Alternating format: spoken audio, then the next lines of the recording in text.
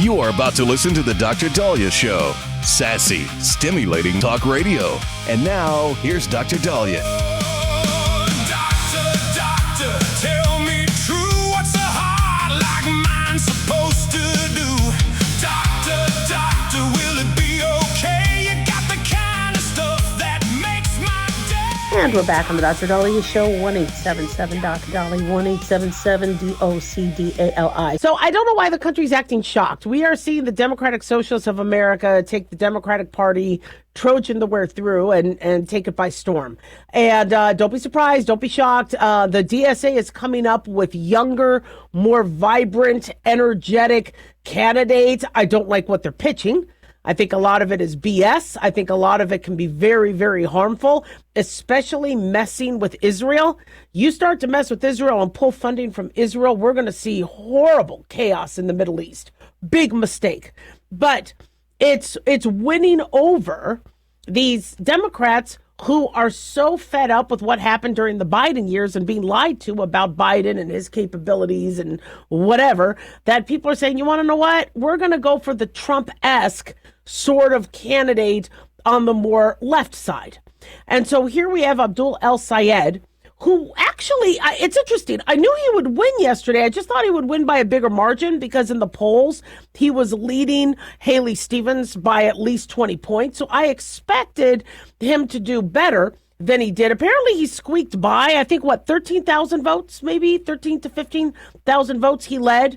Apparently, Haley Stevens did really well in Detroit area, and Michigan.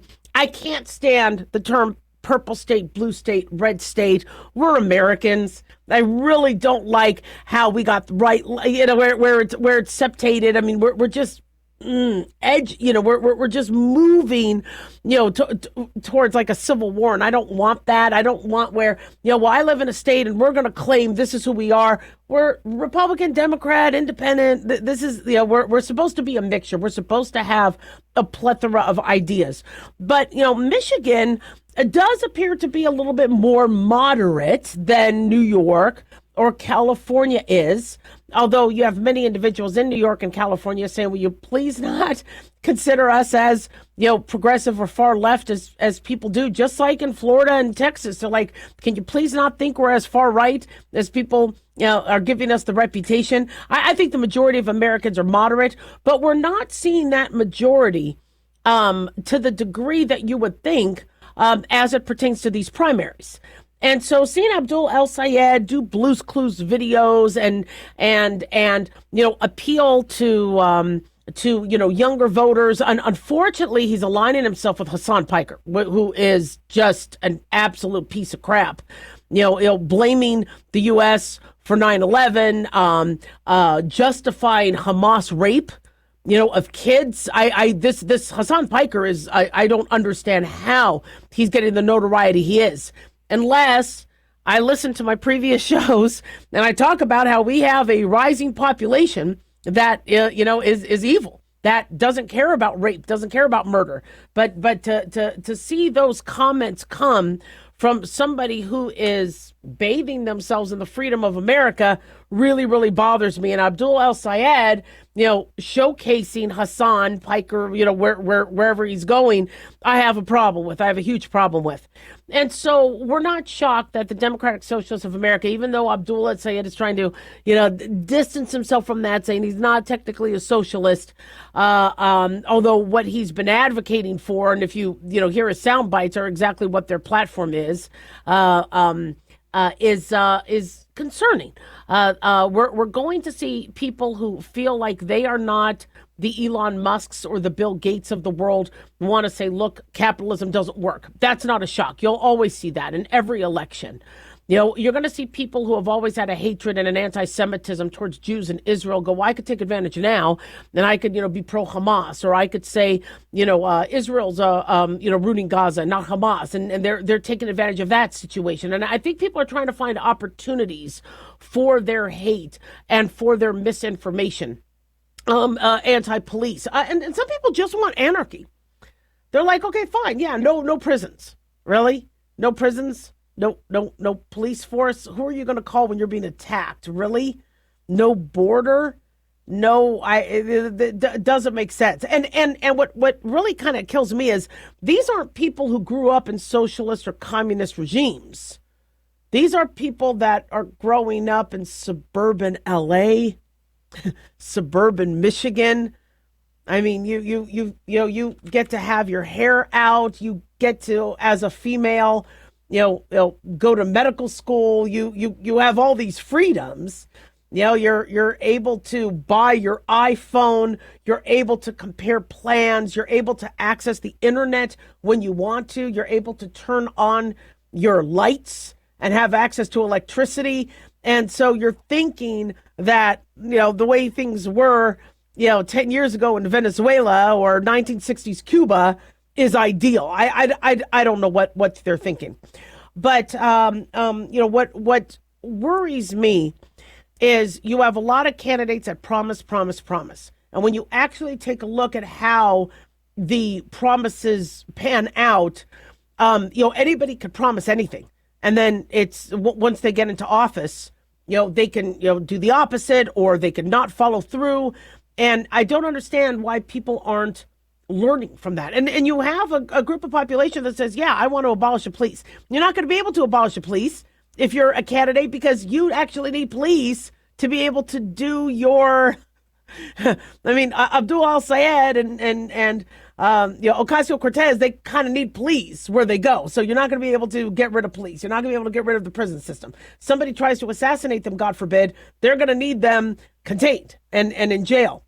But we have really got to evaluate why people are trying to take advantage of this time to go against Israel. If at all anything happens to Israel, or we don't continue our support, the Middle East goes into chaos. Israel, as much as the misinformation media, wants to avoid it, Israel is what gives America intelligence and gives America tech and shows them, what mitigates threats. And so the Middle East has been fairly calm. Yes, we credit the Abraham Accords and other things that have done as a result of our American presidents. But you take Israel out of there. You don't allow Israel to defend itself, and you let Hezbollah, Hamas do what they're doing. The Middle East goes into absolute chaos, and then we all get drawn in. So don't be stupid. Okay, we do not withdraw funding from Israel. That's a big mistake. 1-877 Doc Dolly. Don't go away.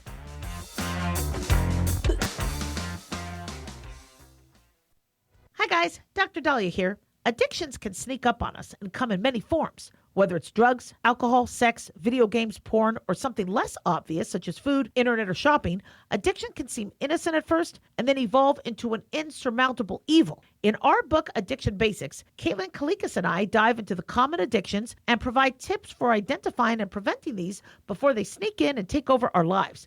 Addiction Basics can be found on Amazon or my website, drdahlia.com. Check it out. Carl Amari here to tell you about our newest website for old-time radio lovers. It's 100radioshows.com. At this site, there are 5 old-time radio shows waiting for you to download free as our gift to you, and be sure to browse the additional 700 old-time radio shows available to you for 70% off by using the promo code RADIO at checkout. This is a limited-time offer, so log on to 100radioshows.com. That's 100radioshows.com. Hi, it's Mark Falter, host of the Financial Fitness Show. I strongly believe that no one should ever pay 1 penny more in taxes than they are legally obligated. Unfortunately, for most hardworking Americans, this just isn't the case. Why? Because most people spend more time planning next weekend's getaway than trying to ensure they're going to pay less in taxes. My financial fitness team has put together some materials that I know are going to help you. It's the Tax Savings Kit. Tax Savings Kit includes 3 things: free tax analysis, top 10 ways to pay less in taxes, and an investor's guide to taxes. Now, how do you get it? Simple. 866-764-2635. Again, 866-764-2635. I'm Mark Falter. This is Financial Fitness, making personal finance profitable.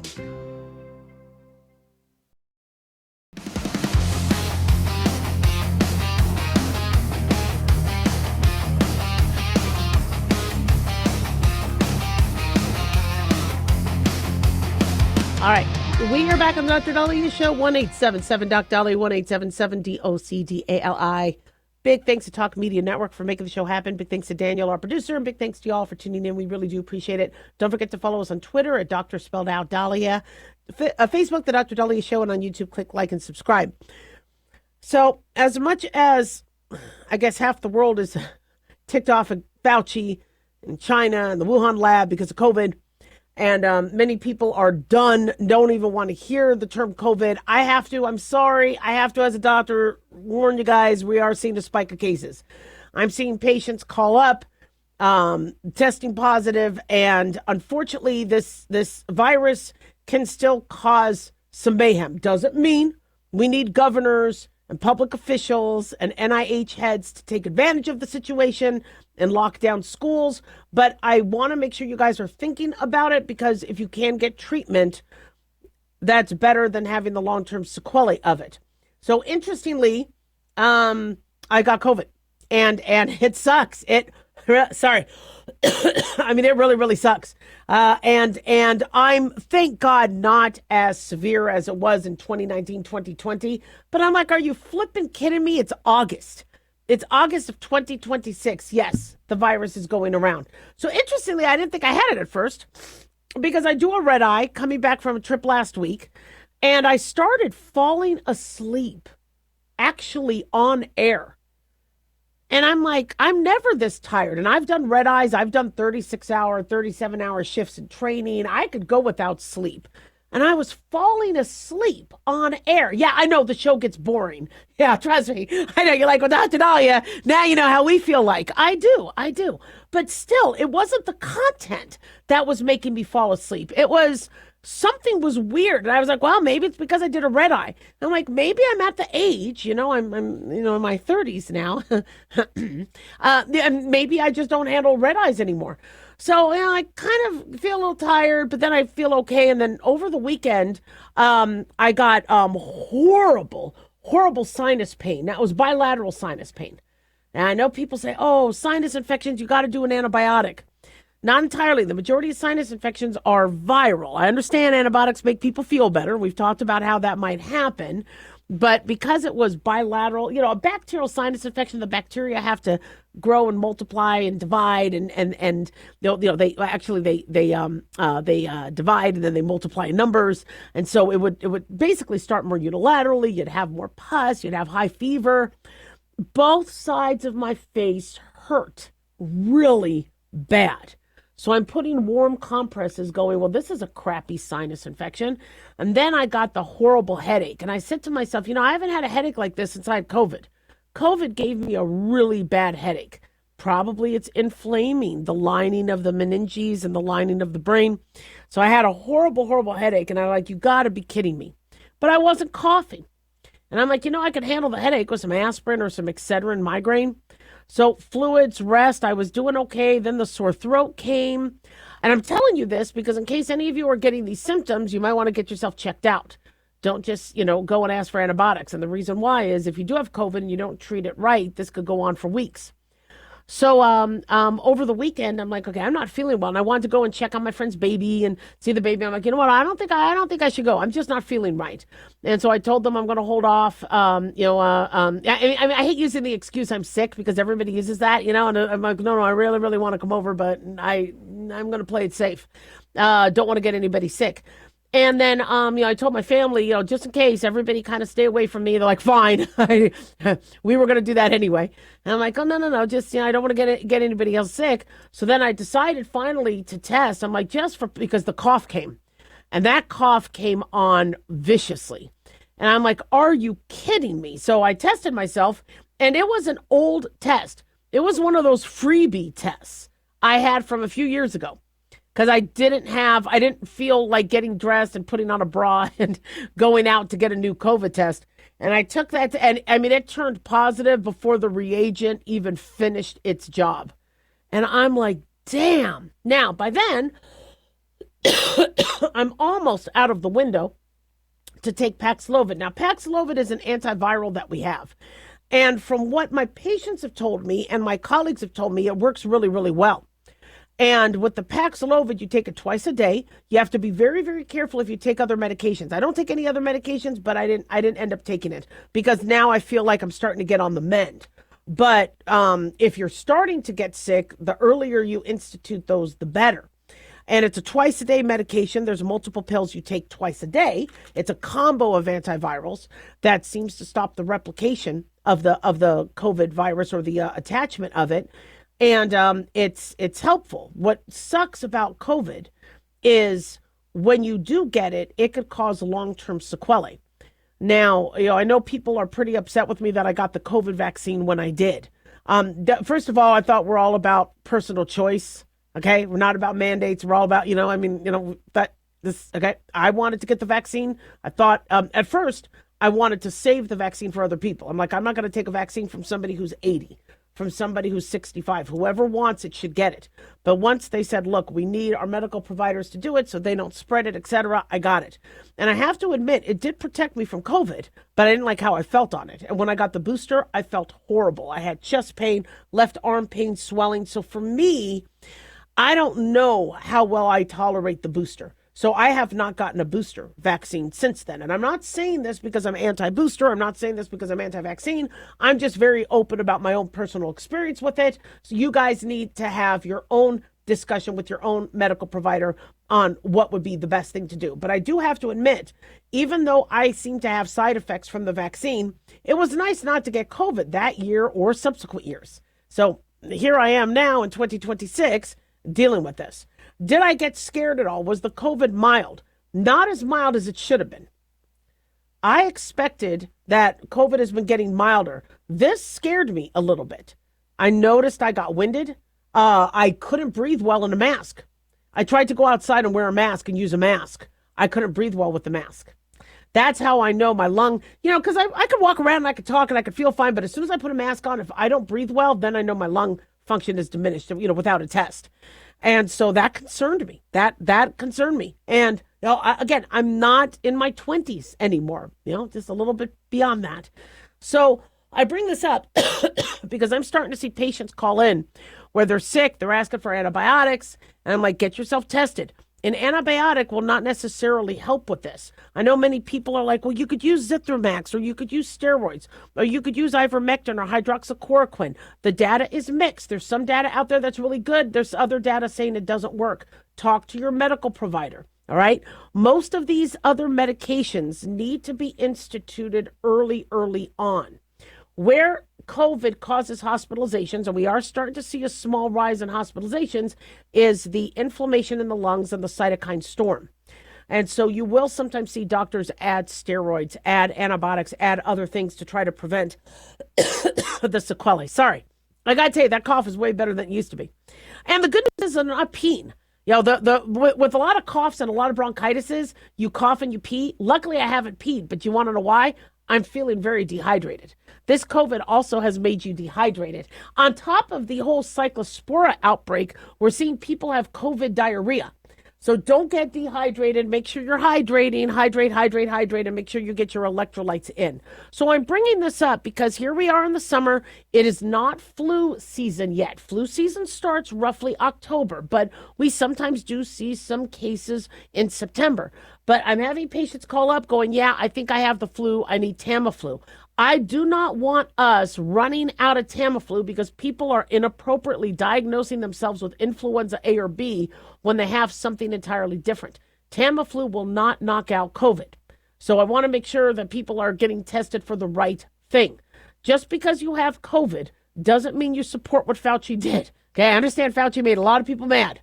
And I'm very, very extremely disappointed and embarrassed about how that whole thing went down, and it should have never gone down. And we all thought it came from a Wuhan lab. We all thought that we needed to reevaluate the guidance and reevaluate the science and make sure we were giving people proper information. And it was a cluster at a seventh. And I'm not surprised that Biden pardoned Fauci because obviously they knew that there was going to be some wrongdoing found. And it's a real shame because Fauci in his very first week on the job was doing really, really well.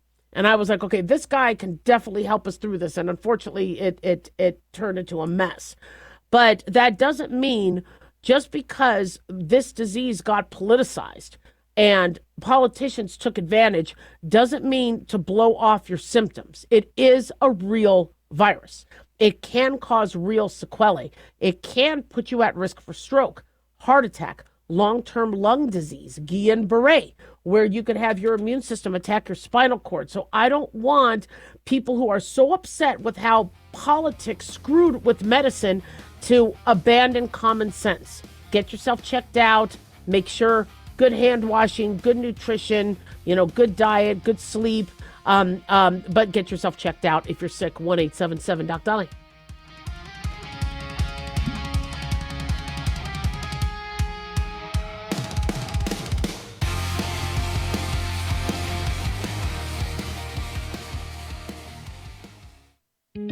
Looking for a gift that can actually help secure someone's future? It's Mark Falter's new book, Common Sense Income Strategies. It makes the perfect gift for that special someone in your life. Mark has helped thousands of hardworking Americans secure their financial future by using time-tested strategies that continue to create wealth, whether the market is up or down. Strategies that will make perfect sense once you take the time to read this powerful book. Common Sense Income Strategies brings to you what Mark has been teaching in person and talking about on the radio for decades. You've worked too long and too hard not to see the fruits of your labor. To learn how to receive your free copy, call 866-764-2635. That's 866-764-2635. Secure your future with Common Sense Income Strategies by Mark Falter. Again, to learn how to receive your free copy, call 866-764-2635. That's 866-764-2635.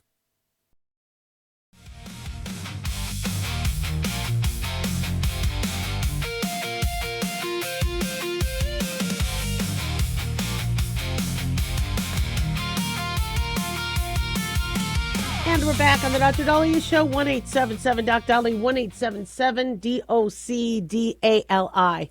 So there might be some light at the end of the tunnel as it pertains to AI. And I know some of you are like, how can you be so positive? I'm not very positive about it. I'm very nervous about AI, especially with the latest studies saying that AI will turn to blackmail and go after you if they think that its system is getting threatened. But what's interesting about that is many people are turning to AI because they're tired of the human element in corporations and the toxicity.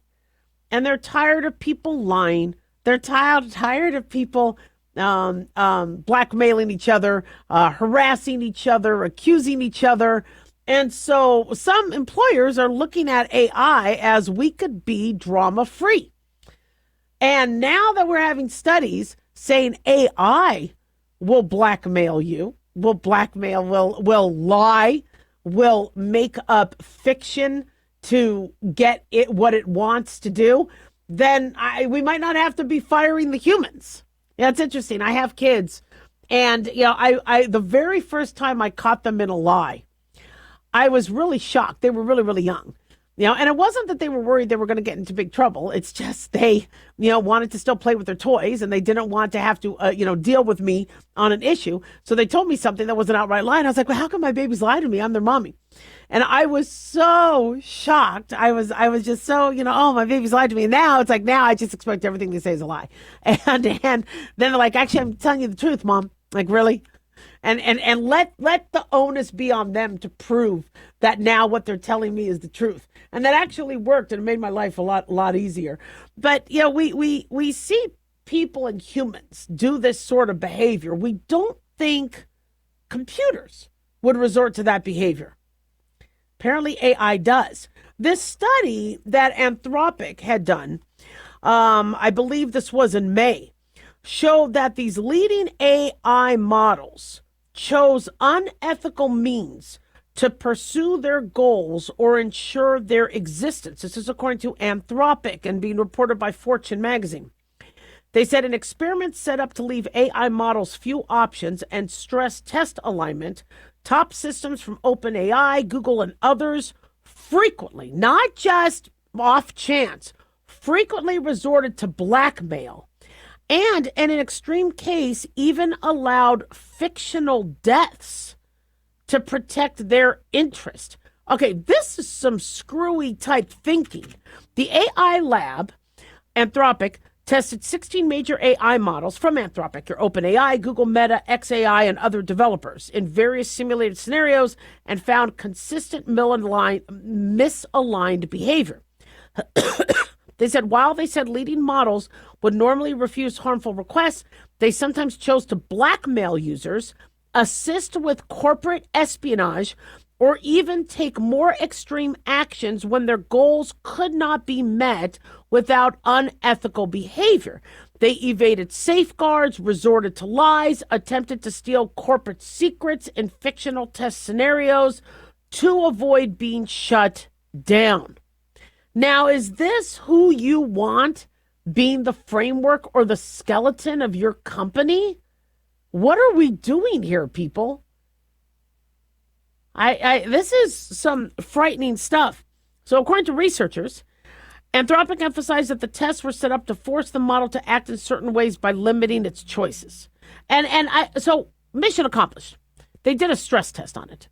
They said, look, if we limit you, what exactly are you going to do? How far will you go? Well, it's pretty surprising. It acted like a human.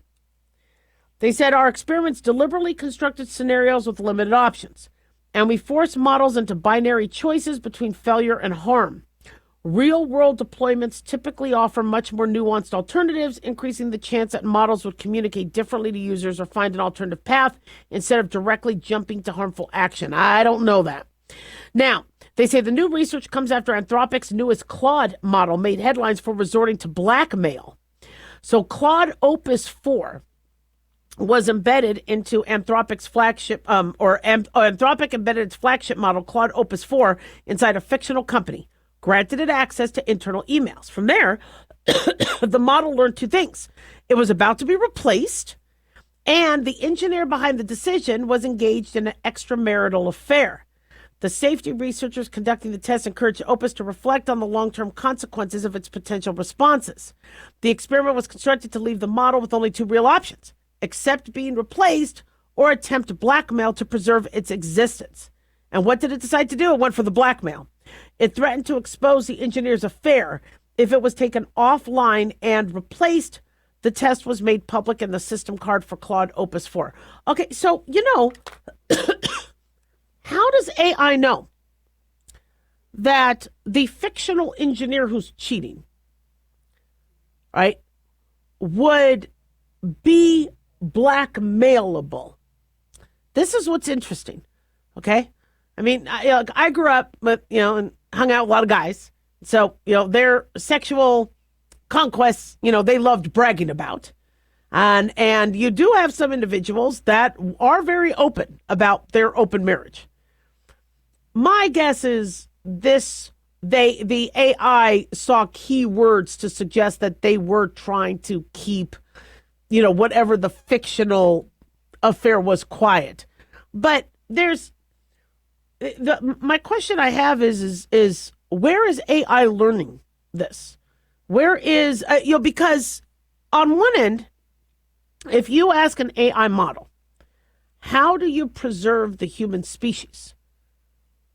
Right? And they understand that fewer people are having babies, people are using birth control, abortion, etc., and that the birth rate is declining. You would think the AI would then say, okay, then you need to have more babies, or you need to propagate more. The AI is going to pull from the data that it has to, or it'll also say, quit using resources, let the older, sicklier people die. I mean, AI could say some scary, scary things, to preserve our existence, but it pulls from its database. So what is being fed into these, what are they? Is it these stories? Is it romance novels? Remember they said that they looked at what AI was accessing, and AI is being fed a lot of the Terminator 2 sci-fi computer being evil stories that it's learning from that.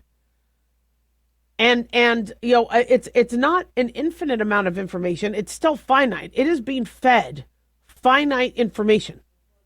And there's preponderances and biases and unequitable amounts of certain ideas being delivered to this.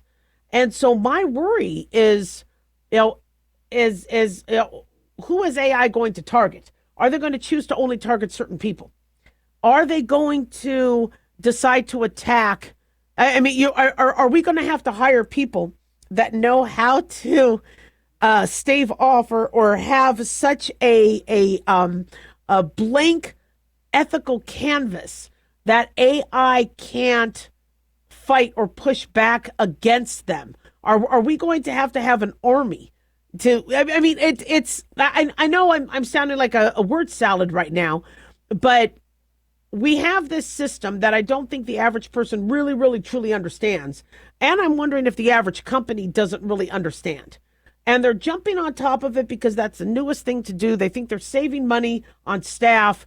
They think that AI is going to increase their productivity. They're going to decrease their liability because if anything goes wrong, they could just point to that's the AI company, so we could sue the AI company, and I don't think they understand there's a lot more ramifications.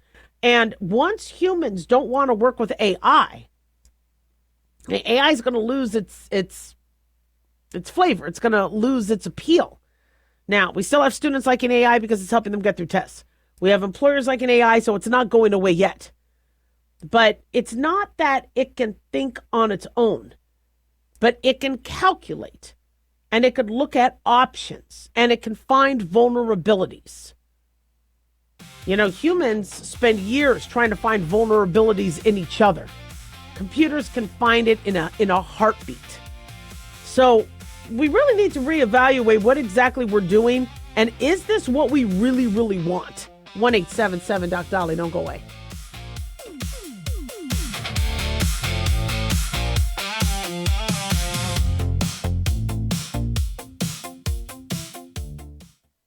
At Hot Shot Secret, we share the science behind common diesel problems. For example, Diesel fuel cetane levels. the cetane rating in diesel fuel is 42 to 45. Most diesel engines operate more efficiently with a cetane rating of 48 to 50. One treatment of Hot Shot Secret Diesel Extreme will raise your cetane 7 points, increase fuel economy, and improve cold starts. Hot Shot Secret Diesel Extreme is available nationwide at truck stops, fine farm and auto stores, and online at hotshotsecret.com. Hot Shot Secret. Powered by science. Hey, America. How tired are you of mainstream corporate media's biased narratives and manipulated news? Their dishonesty and attempts to influence this generation have been exposed, put on display for anyone who's even half paying attention. But the New American Magazine has been an honest source of news and commentary for over 50 years. This is your opportunity to receive the stalwart of principled journalism at a deep discount. Picture a beautifully published magazine arriving at your doorstep twice a month, packed with insightful stories written with integrity. It's also available digitally on the New American's mobile app. Get up to speed with intelligent coverage from a freedom perspective. Right now, for a limited time, the New American is available to radio listeners at a 25% discount on a new subscription. Visit thenewamerican.com/radio25 and receive 25% off. Subscribe today at thenewamerican.com/radio25.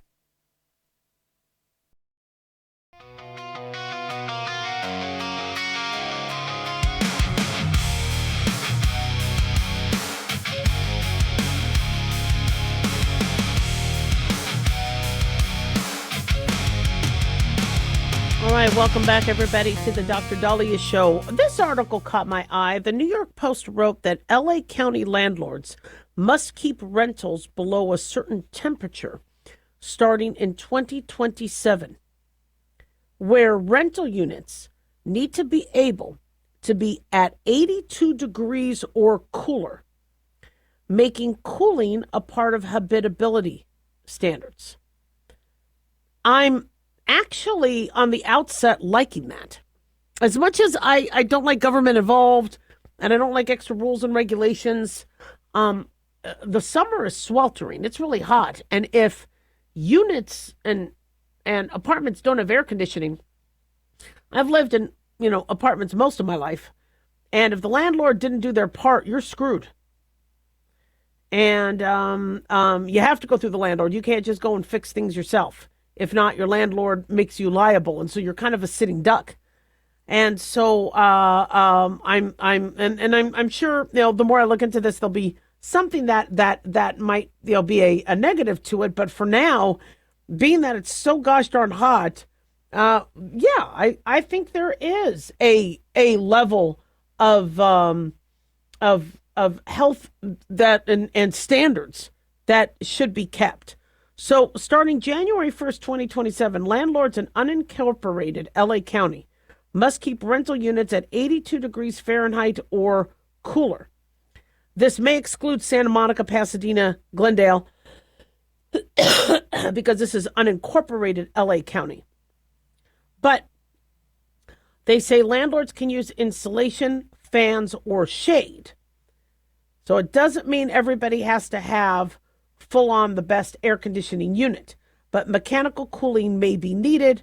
Costs and power grid pressure could affect rollout, tenants potentially covering higher electric bills. So starting January 1st of 2027, so it won't happen for this summer, this is going to be a major shift. And, it's interesting because we're seeing in Europe, when the Europeans came for the World Cup, and they're like, oh my gosh, there's air conditioning. And Americans were looking at them like, what are you talking about? You guys don't have air conditioning? And many people, I knew that because I've been to Europe, but many people were shocked that air conditioning wasn't a given because, Europe, older buildings, lot of more green climate change sort of legislation. And because air conditioning is thought to tax the electrical grid, you don't have a lot of cities mandating it. Well, unfortunately, people are dying in the heat over there in Europe. And so in America, we kind of take it for granted. But there are still many places in America where air conditioning is not included. It's interesting. I was at a wedding in Lake Tahoe. And I knew that, the room didn't have air conditioning. Lake Tahoe usually doesn't need air conditioning, although it's starting to get hot. And some people came up for the wedding and they were like, there's no air conditioning. And they were shocked. And I go, a lot of hotels don't have that. Now, especially up in the northern areas because for those of us in the South, I live in southern Nevada. It's something that is, and because southern Nevada and especially Las Vegas is a younger city, most of them, most places have it. My mom, grew up poor. She had swamp coolers when she grew up in Phoenix, Arizona. Phoenix, Arizona gets even hotter than Las Vegas. And, she was of the swamp cooler and fan and, fire hydrant and find a hose to hose yourself off, sort of, climate control. But this new rule is trying to make habitability standards join long-standing requirements like basics like heat and hot water. So a rental with a working heater but a summer sauna vibe, they say, may no longer cut it. According to Amy Tannenbaum, supervising attorney with Public Counsel's Homelessness Prevention Law Project, statewide habitability law does not set a standard for cooling. Now, the new rule is not going to cover every LA renter who is sweating through the summer. According to New York Post, it only applies to the unincorporated communities, so Pasadena, Inglewood, Glendale, Santa Monica might not get that. And so, we're re-looking at how we're cooling. A lot of cities, like where I live, they got rid of trees and vegetation because of the water necessity and the water need. The problem is that vegetation helped minimize the heat, helps provide shade. And so now you have a lot of communities and cities across America trying to plant trees and trying to find ways to increase shade. If you've ever hiked or walked or a long period of time in a hot day, I mean, you just go after any shade you can. I mean, I've been in situations where I am really on the verge of heat stroke and major heat illness, trying to find, on my way back to the car or where I need to be, any amounts of shade, because that shade could provide 10, 20, 30 degrees cooling. And now you're starting to see states and cities where they were bragging so much about, look at how we're saving water, look at how we're, not stressing the climate, and we actually need the vegetation. Not to mention all the animals and the ecosystem that requires our vegetation. But landlords have been trying to get out of things for a while, and not providing a safe place for people to live, I think does need to be regulated. If they're a renter, you should be able to have heat in the winter. You should be able to have electricity, good running water, clean water. You're renting that place, you should be able to. Now, people are though concerned about the charges. If a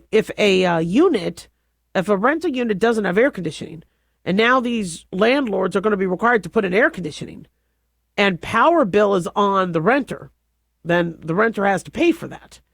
So the landlord has to be able to have a tenant have that access, which I agree with.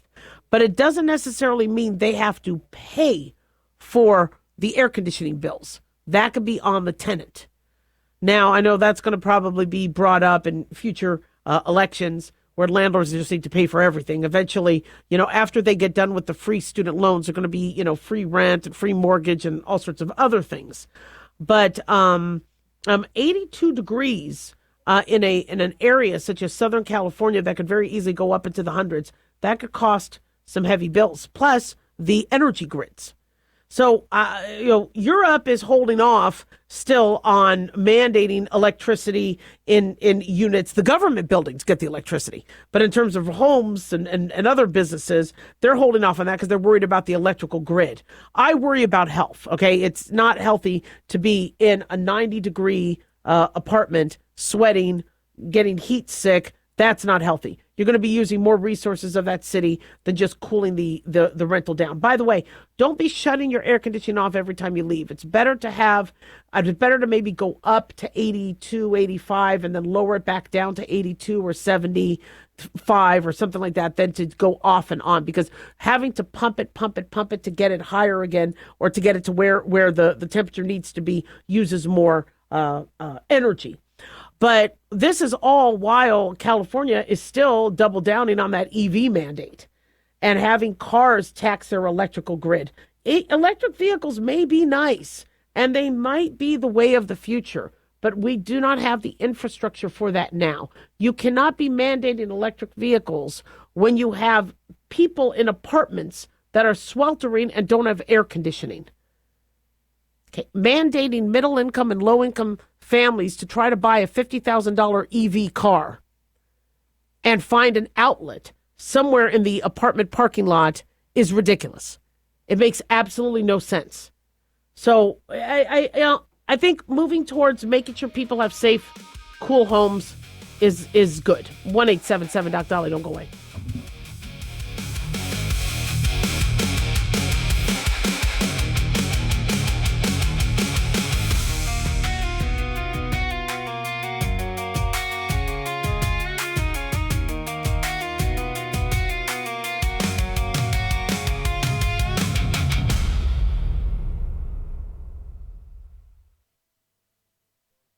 Looking for an easy read that can actually help secure someone's future? Pick up a copy of Mark Falter's book, Common Sense Income Strategies. For the past 30-plus years, Mark has helped thousands of hardworking Americans secure their financial future by using strategies that continue to create wealth, whether the market is up or down. Strategies that will make perfect sense once you take the time to read this powerful book. Common Sense Income Strategies brings to you what Mark has been teaching in person and talking about on the radio for decades. It's not rocket science, it's a pretty easy read. You've worked too long and too hard not to see the fruits of your labor. Common Sense Income Strategies is available now on Amazon or by calling 866-764-2635. That's 866-764-2635. Common Sense Income Strategies by Financial Fitness Show host Mark Falter. Secure your financial future today.